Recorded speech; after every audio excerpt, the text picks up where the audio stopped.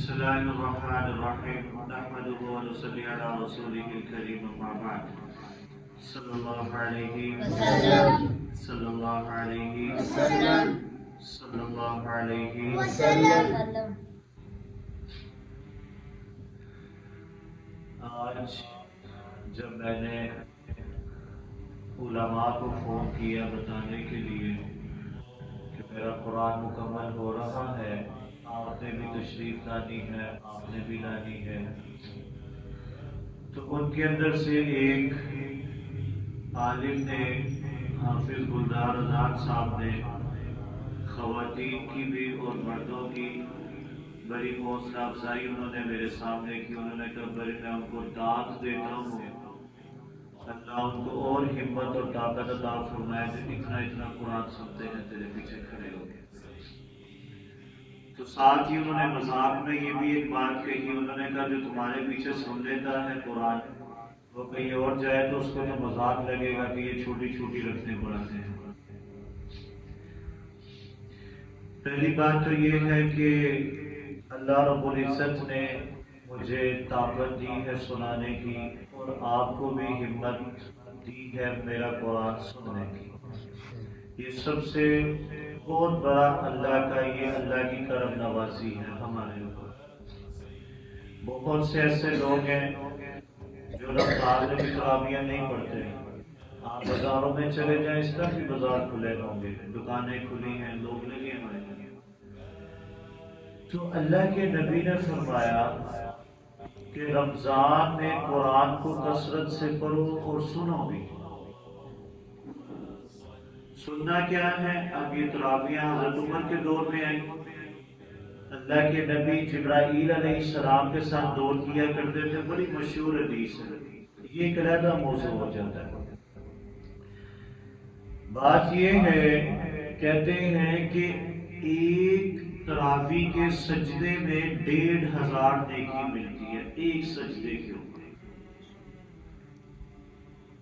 اور کتنے ہم سجدے کرتے ہیں؟ بے حساب سجدے.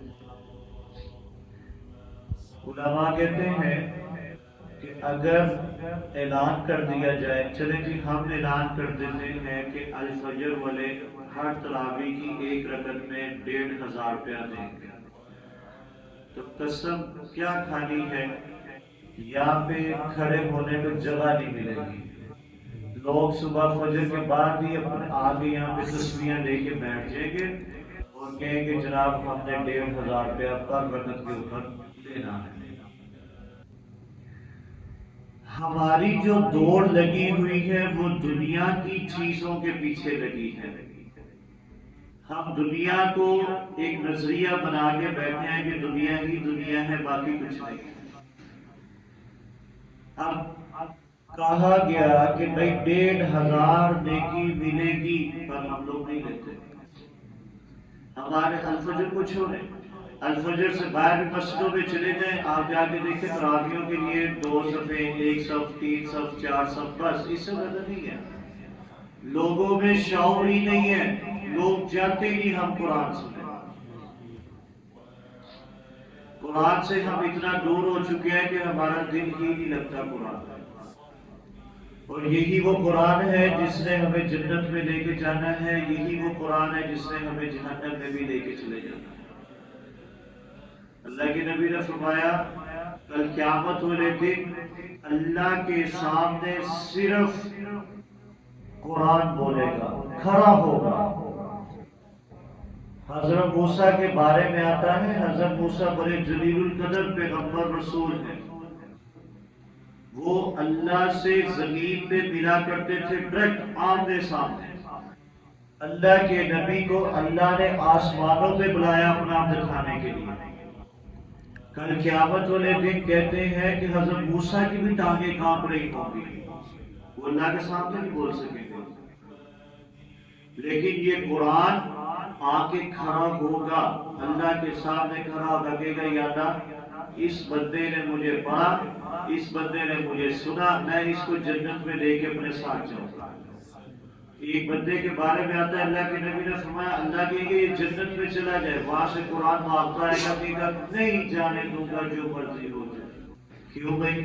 کیا اس نے دنیا میں مجھے کھولا ہی نہیں، پڑھا ہی نہیں، دیکھا ہی نہیں، تو میں اس کو کیوں جانے دوں؟ تو ہم قرآن سے بڑا دور ہو گئے ہیں بہت زیادہ۔ آپ لوگ کوشش کیا کریں جو میری بات سنیں، اللہ کے نبی نے فرمایا، اللہ کے نبی نے کہا جو میری بات سنیں، اللہ کے نبی کی، وہ آگے کم از کم 5 بندوں کو بتائے، وہ 5 کو بتائے گا، 5 میں سے کوئی ایک تو عمل کرے گا اس کے اوپر۔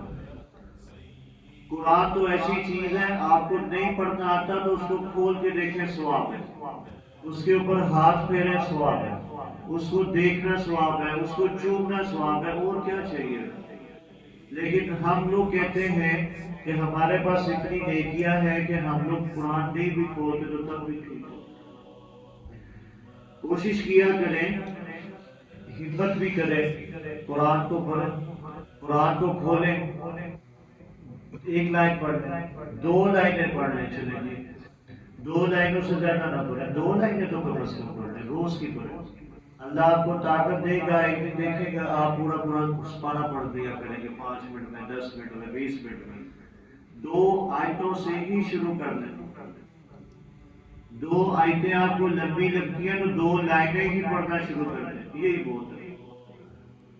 اللہ سبحانہ الحمدللہ رب العالمین والصلاۃ والسلام علی سیدنا المرسلین۔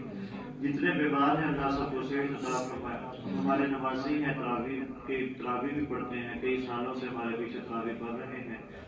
ہم صاحب کی طبیعت خراب ہے، اسے تراویح میں ان کا پاؤں مڑ گیا پڑھتے پڑھتے، اللہ ان کو شفا عطا فرمائے۔ آج تکلیف ہونے کی وجہ سے وہ تراویحوں میں سے چلے گئے نماز چھوڑ کے، اللہ ان کو صحت عطا فرمائے۔ ہمارے اجاز صاحب ہیں، بزرگ ہیں، بڑی ہمت طاقت ہے اللہ نے ان کو دی ہے، اللہ اسی طرح ان کو ہمت طاقت استقامت عطا فرمائے۔ والد صاحب ہیں، وہ بھی بیمار رہتے ہیں، اللہ ان کو بھی صحت عطا فرمائے۔ اوپر خواتین ہیں، ان میں سے کوئی بیمار ہے یا کوئی قریب میں بعید میں کوئی بھی بیمار ہے، ان کے یہ ہمارا اللہ سب کو صحت اور لمبی زندگی عطا فرمائے۔ اللہ آج فجر کے دن دگنی رات چگنی ترقی نصیب فرمائے۔ یہ چھوٹے چھوٹے بچے تراویحیں پڑھتے ہیں، شرارتیں کرتے ہیں، اللہ ان کی بھی قبول فرمائے۔ جو قرآن سنا رہے ہیں، اللہ اس کو اپنی بات رحمت قبول و منظور فرمائے۔ اور بھی آپ جتنے میرے سامنے کاروباری حضرات بیٹھے ہیں، اللہ سب کے کاروبار میں برکت عطا فرمائے۔ جو بھی آپ کے دلوں میں نیک خواہشات ہیں، اللہ ساری قبول فرمائے۔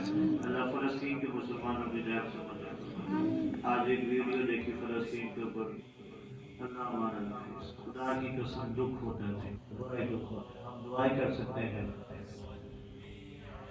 دعا کر سکتے ہیں، یا اللہ چونٹی رہ سے مدد، چھوٹی سی بچی جناب ملبے کے نیچے آئی ہوئی، اللہ معاف سے دل ایسے وہ خوف زدہ ہو جاتا۔